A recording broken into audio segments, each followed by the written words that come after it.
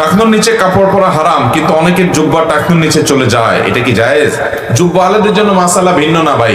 জুব্বা আলাদের জুব্বাও যদি টাকনুর নিচে চলে যাও সেটাও হারাম হবে। সেটাও কি হবে? জুব্বা আলাদের জুব্বা যদি টাকনুর নিচে যায় সেটা কি হালাল হবে? সেটা কি জায়েজ হবে?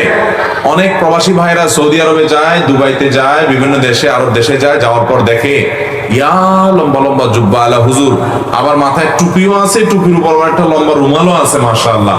এই লোক টাকনুর নিচে পায়জামা তো পড়তেছে, জুব্বা তো পড়তেছে, আবার দেখা যায় যে আপনার 3 আঙ্গুলের একটা সিগারেটও ধরে টানতেছে, আছে না নাই?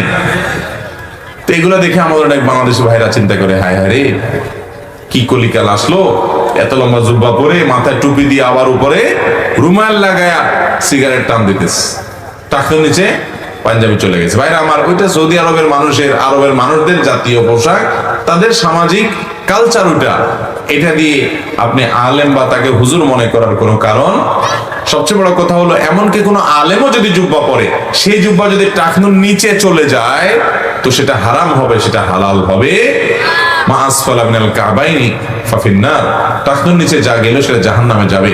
অতএব সেটা জুব্বা হোক, সেটা চাদর হোক, সেটা আপনার লুঙ্গি হোক, সেটা পায়জামা হোক, সেটা প্যান্ট হোক, হারাম হবে।